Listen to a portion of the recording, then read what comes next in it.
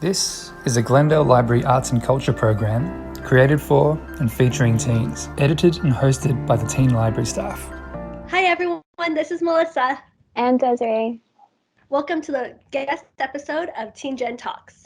Today's guest graduated from Cal State LA with a bachelor's degree in business administration marketing. She is an LA native, a cat mom to 2 tabby cats, wannabe foodie, traveler, and hikes around the San Gabriel Mountains and Griffith Park. She is a community outreach assistant and workaholic, where she is able to share her passion for communication and storytelling to the residents of Glendale. Grab a snack and drink, and let's welcome Favi to G.E.N Talks. Yay! Thank you, Favi, for taking the time out of your day to talk with us. We have a lot to discuss.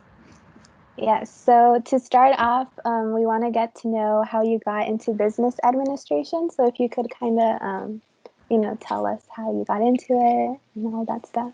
Yeah, definitely. So I attended Cal State LA. I majored in business administration and marketing. And during my time there, I did a lot of internships with museums and nonprofits, usually with marketing or social media, because at the time when I was going to school, there wasn't a lot of programs that did offer kind of like career options for social media, because it was still like a happening thing, but it wasn't really like so much as like, oh, you can make a career out of this, or like, businesses were really still trying to adopt to the technology because they weren't sure if it was still like a trend or not. So one of the internship opportunities that I came across through the College of Business was actually a paid internship with the city of Glendale for the library department. This was happening during the renovation of Central Library. And I actually started my first job ever being a volunteer with the Alhambra Public Library. I actually started working with them back when I was like in high school as a volunteer. And I worked there when they were still located on Main Street. And then we did a renovation there as well. And now it's the Alhambra Civic Library right next to like City Hall. So I was kind of familiar really with like the whole process of a library renovation, but I didn't do any marketing work with them. I just worked with the administration team. Actually, I worked along with mainly doing a lot of clerical stuff, and then eventually started, with like some shelving and just stuff like that. But for the most part, my work was always with the administration team. And then kind of, years later, I ended up working as an intern within the Glendale Library Arts Department, also in the administration team, and now running the social media and communications, team as well. So that's kind of how like I made my move to administration with the Glendale Library Arts Department. Is talking about when you went to Cal State LA, was there a specific class that you enjoyed? So I took a bunch of classes for social media, and I think my favorite one that I really enjoyed was like the strategic planning. So it's a little bit more on like the writing side. Like you have to do a lot of research basically on companies and how they kind of started and what they do for their social media. But I really liked it because that's how I feel like you learn what works and what doesn't, and how you can apply those kind of same tactics or strategies to, other places, or like places like, where you work at, or just for your own personal use too. So I really like that because I felt like that's just a good way to kind of like start, have an introduction if you have no kind of like background knowledge of like strategy or kind of like the business side of social media. And then the one that I also really liked a lot was there's a class about basically analytics and using like Google Ads, or just the Google platform.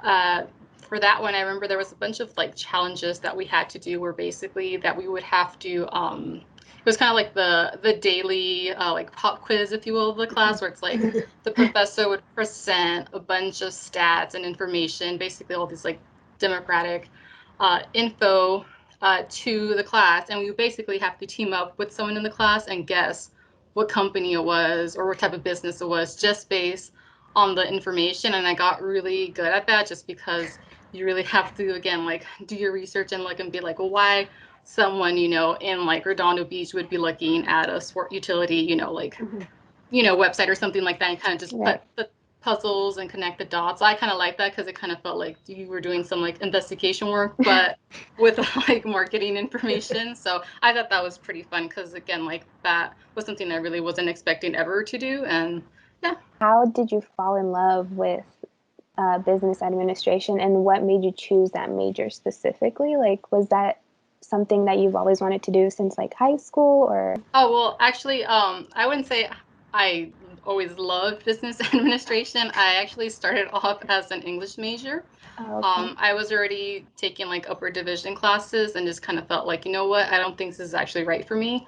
I don't see myself going into law school or becoming like an English teacher or, something else like in journalism that initially I kind of thought maybe I would be interested. I was like, I just didn't like the vibe, I guess you can say. Maybe it was just a department there. Yeah. No shade to the Cal State LA English department. I mean, I have a great department and stuff, little great professors, had a good time, but I just felt like this wasn't for me. It kind of didn't fit my personality. I do like to work with people in a group. And I was just kind of looking at my options, thinking, like, let me do something a little bit more practical. I'm like, I'm here, I really want to, get my money's worth from my college education. So then I started looking into the College of Business, and I was just looking at their options, seeing like, what is the most creative side of business administration? And I was like, oh, that would be marketing. So I went ahead, started taking some classes. I basically switched my major to business and then to marketing.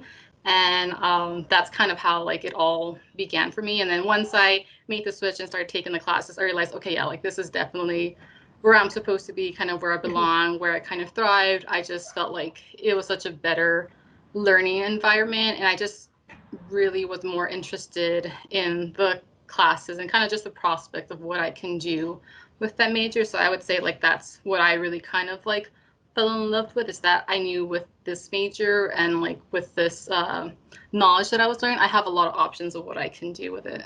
Very like random. What like social media when you first started, since it wasn't like so big, what was like that social media way back? Um, Biggest one at the time definitely was like Facebook, because it was just between like Facebook and Twitter, and then Instagram just started happening. I would say my favorite one though, that I really was bummed out that didn't make it through, was Vine. Because Oh, now Vine is like everyone you're basically doing Vine videos like on all the platforms, really. It's just it was a really bummer that Vine didn't make it to the top. right. But I love Vine. I can still remember some of those videos. And that's basically what's happening now with like TikTok. Like people are basically recreating, in my mind, like Vine videos. Yeah, no, it really is. Just going back to marketing, what's your least and favorite part about marketing? That's a good question. I would say my favorite part definitely would have to be the storytelling, like when you actually get to share stories and, connect with people. Because I mean, that is the majority of the job, is they're just communicating, whether it's a visual, an infographic, a tweet, something, you're just communicating something to the public. I would say the least favorite part would be just because now, since everyone is on social or marketing or has some obviously knowledge of it, people always feel like they can just do it or they know the best practices. So people have a lot to say of like how you're supposed to do something or how it should look.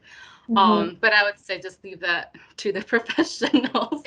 Like I know a lot of people do, I mean, I don't do it because I personally manage a lot of other accounts as well, and do a lot of work freelancing and with other nonprofits. So I don't have the time to develop like my own, like you can say, personal following. I'm not an influencer. Definitely don't want to be. I mean, that's great that people can do that. I'm like, more power to you, because I honestly think that's so great that people can do that.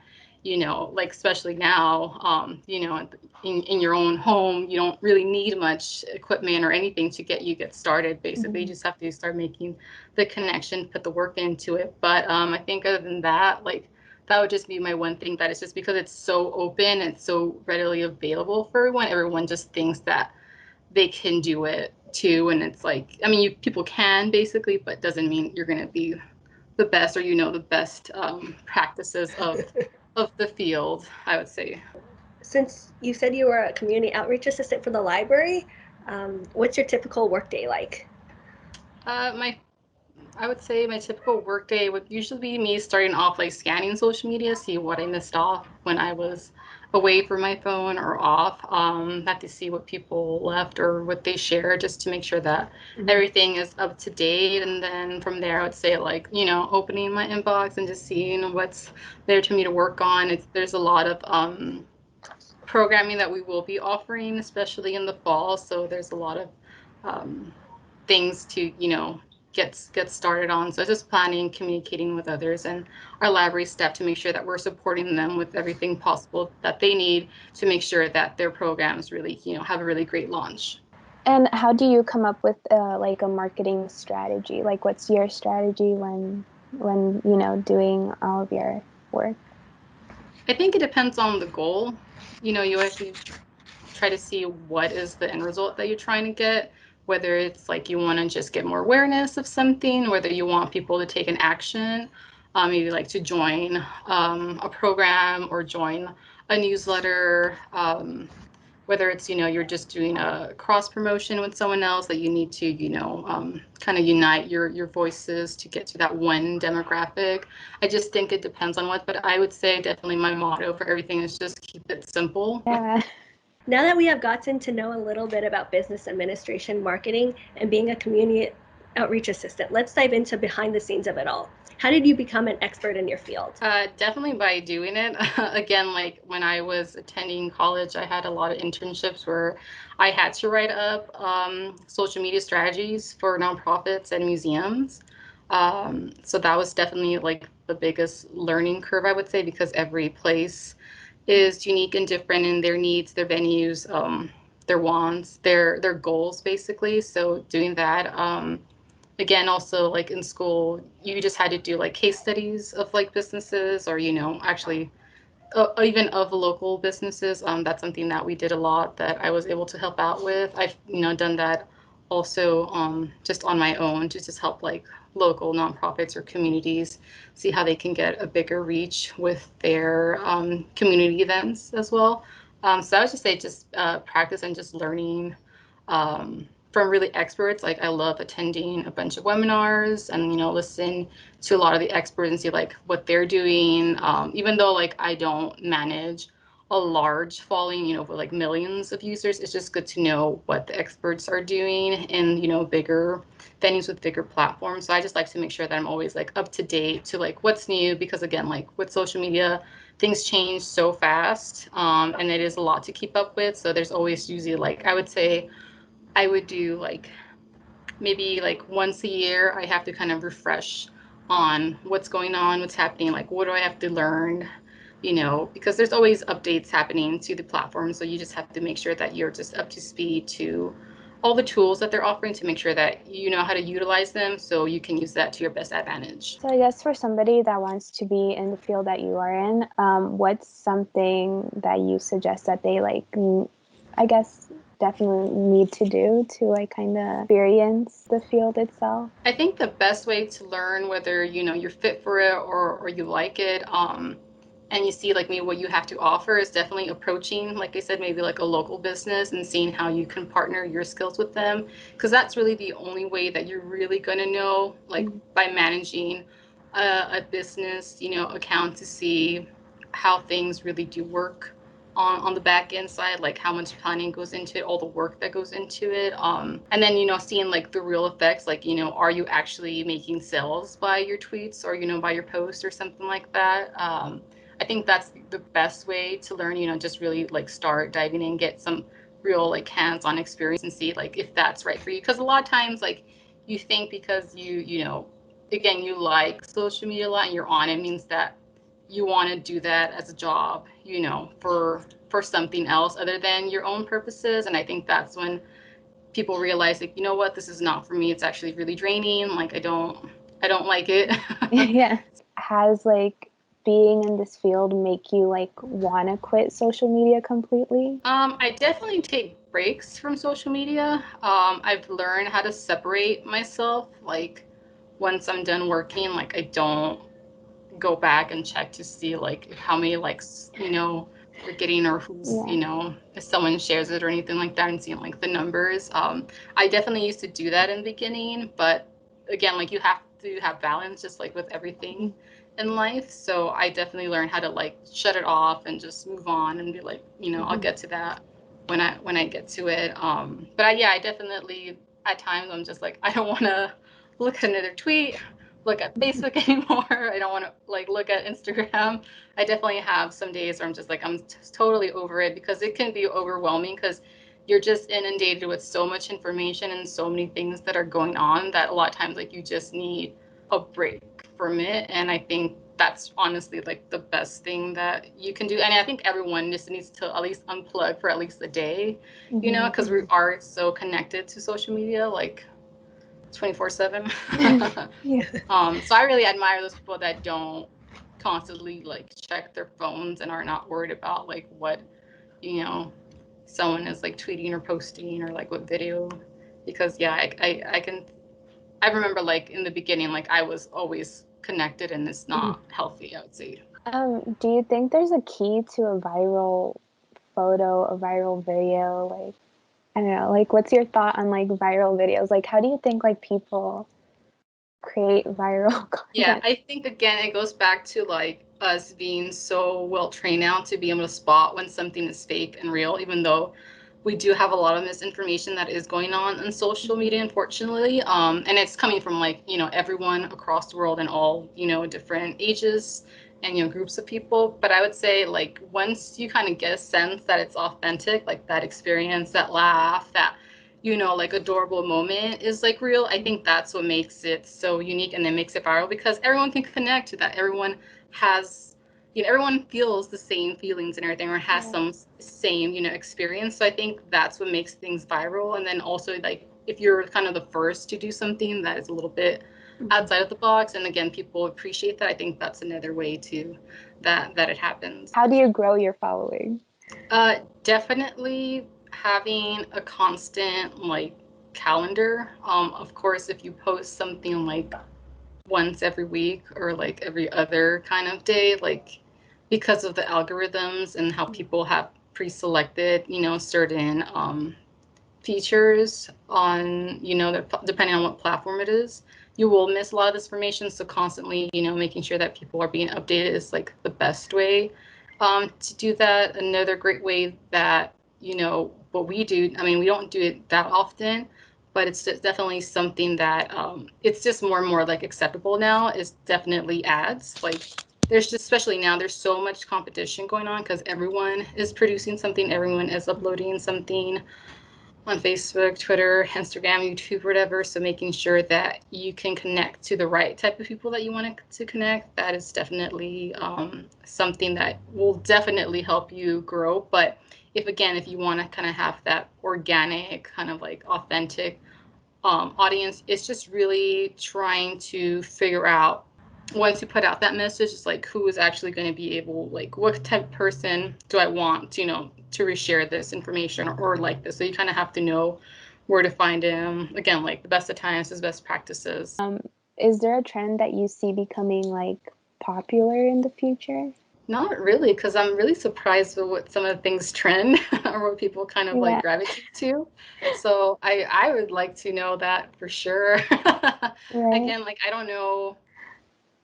Yeah, that's a really good question. I can't speak to that, because that really just has to do so much with like human behavior, and people can be really simple or really complex at the same time. I feel like we kind of create our own problems sometimes, or like realities Yeah. online and stuff. So who knows? Who knows what's going to be a trend for 2021? Maybe for 2021, I would say like once we kind of start being able to go outside, we'll start posting more about like nature or something. I don't know. Like maybe we'll appreciate nature a little bit better.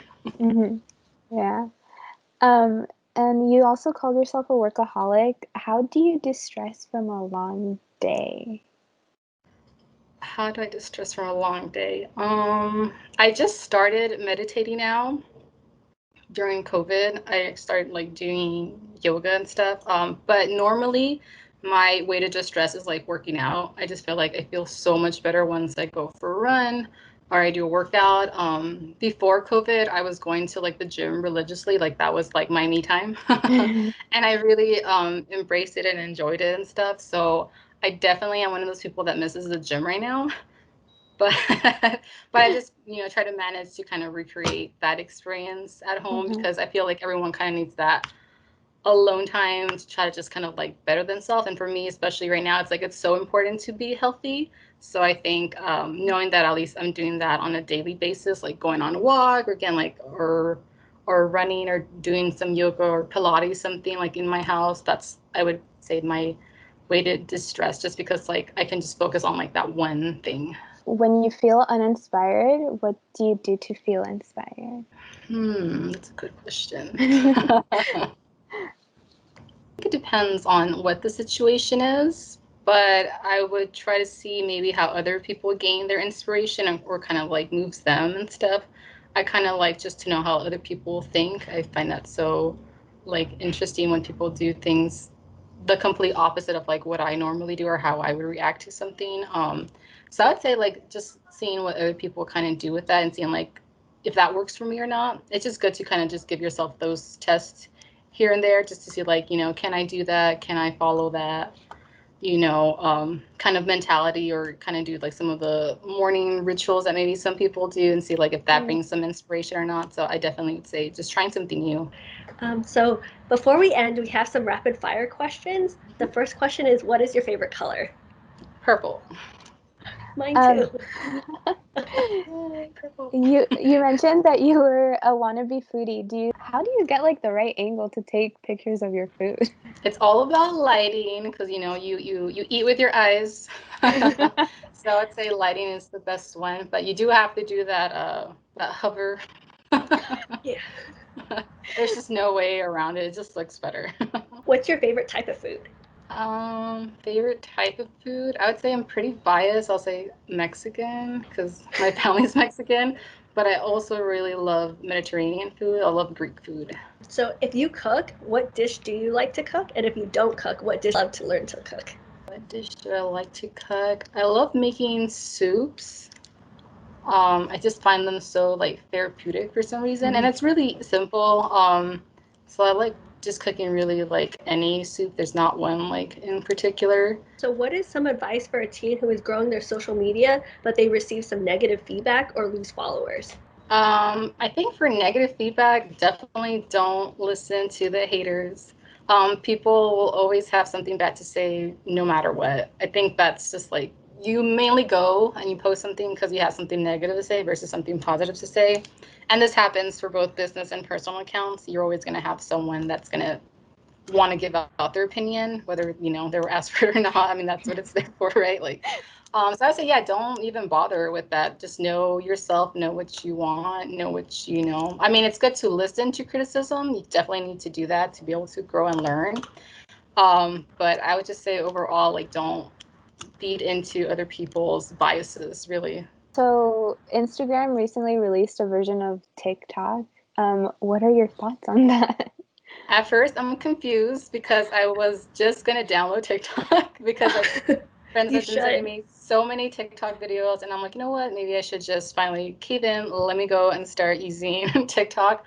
But now that they put the reels section of the TikTok, I still haven't figured out to use it. I really don't know what I would even like make a video about. I think that's kind of like where I'm just at. I'm like, I Right. don't want to dance. Maybe there's a challenge. I will like accept it and do it on there, but I really don't know. But I think it's cool. I mean, I like any platform that basically has like a one-stop shop for everything. Mm. So I think Instagram definitely has been like the best social media platform that I mean they're always I mean look what they did to Snapchat. Yeah. Oh my God, they practically buried Yeah, Snapchat. so Yeah. exactly. And then like now who knows what they're gonna do with TikTok. But so we'll see what happens. I mean, but I think like, hey, like if you can make your TikTok videos on Instagram, you don't have to kind of reshare it. That's more power to you. But I'm pretty sure that people that are pretty loyal to TikTok don't want that Instagram, vibe to it. So they'll just probably stick doing that on TikTok. What is a trait that you think that you need to have for a community outreach assistant? Definitely learn how to communicate with people. I think you need to learn how to be able to talk to different types of people, kind of expand your, I would say, group of friends or just people that you interact with, because you're going to be interacting with people from all walks of life, from all ages. So you just need to know how to basically deal with like different personalities too. So I would say that would be the best advice. What is something that you have been proud to say that you have accomplished? That I didn't become an influencer. And I know that's so strange for me to say that because I do social media as a living and stuff, but it's definitely very tempting. And again, like everyone, you see someone, they're like, oh my God, like they're an influencer. Like I had no idea, like maybe someone from high school or college or something like that. And you're like, maybe I should do that too. Like, why not? But I'm glad that I just didn't jump on that. I wouldn't call it a bandwagon. I think it's just not for me. I'm more of a private person, and yeah, it's just not for me. So I'm just glad that I didn't go down that road, I would say. What is some advice that you wish you would have known when you were younger? Like depending just overall, just overall, yeah. I would say not comparing yourself to other people. I think a lot of people do that. Like you want to compare yourself to your friends growing up, really just owning who you are and just focusing on what's good for you or not, not worrying about what other people think. I think that's one of the best traits that you can have, because that way you always know what you're gonna do or how you're gonna respond. You don't have to worry about what other people are thinking, just being authentic, I would say. And a last question, what is a book that you have read recently or are currently reading that you would recommend? I just finished reading the Ali Wong Dear Girls book. I really liked it just because it's funny. I mean, I like her sense of humor to begin with. Would I recommend it to everyone? Probably not, just because it's a very raunchy book. And I actually thought it was a book about her writing a letter to just girls overall. She was going to give advice, but she was literally giving advice to her two girls. But there's a lot of stuff that I'm like, maybe you should have not disclosed that. But either way, it's funny. It's a funny read. I really like that book. Thank you so much, Favi. We learned a lot about you. Thank you for taking your time out of your day to sit down and talk with us. Can you let everyone know about upcoming projects and where they can connect with you? Yeah, so I would say if you're not following us already on social media, follow My Glendale LEC. We're on Facebook, we're on Twitter, we're on Instagram, and we're also on YouTube. So go ahead and make sure that you hit subscribe once you finish done watching this video. So do that. And I would say the next event that we're having is going to be in September. It's going to be for the Latinx Heritage Month. So on September 24th, we are going to be talking to the author of Stealing Home. So this is the book about basically how Dodger Stadium came to be and all the Mexican and Latino people that were displaced during that time. So I would say definitely follow us up for more updates on that event. Yay, thank you. Thank you. Bye. Did you enjoy this episode? If you did, don't forget to like and subscribe to the Glendale Library Arts and Culture channel. Tune in every Friday at 4:30 for Teen Gen Talks. And if you would like to contact us and be part of the Teen Gen Talks, please email us at teengentalks@glendaleca.gov. Thank you. See you next episode. Bye. Bye.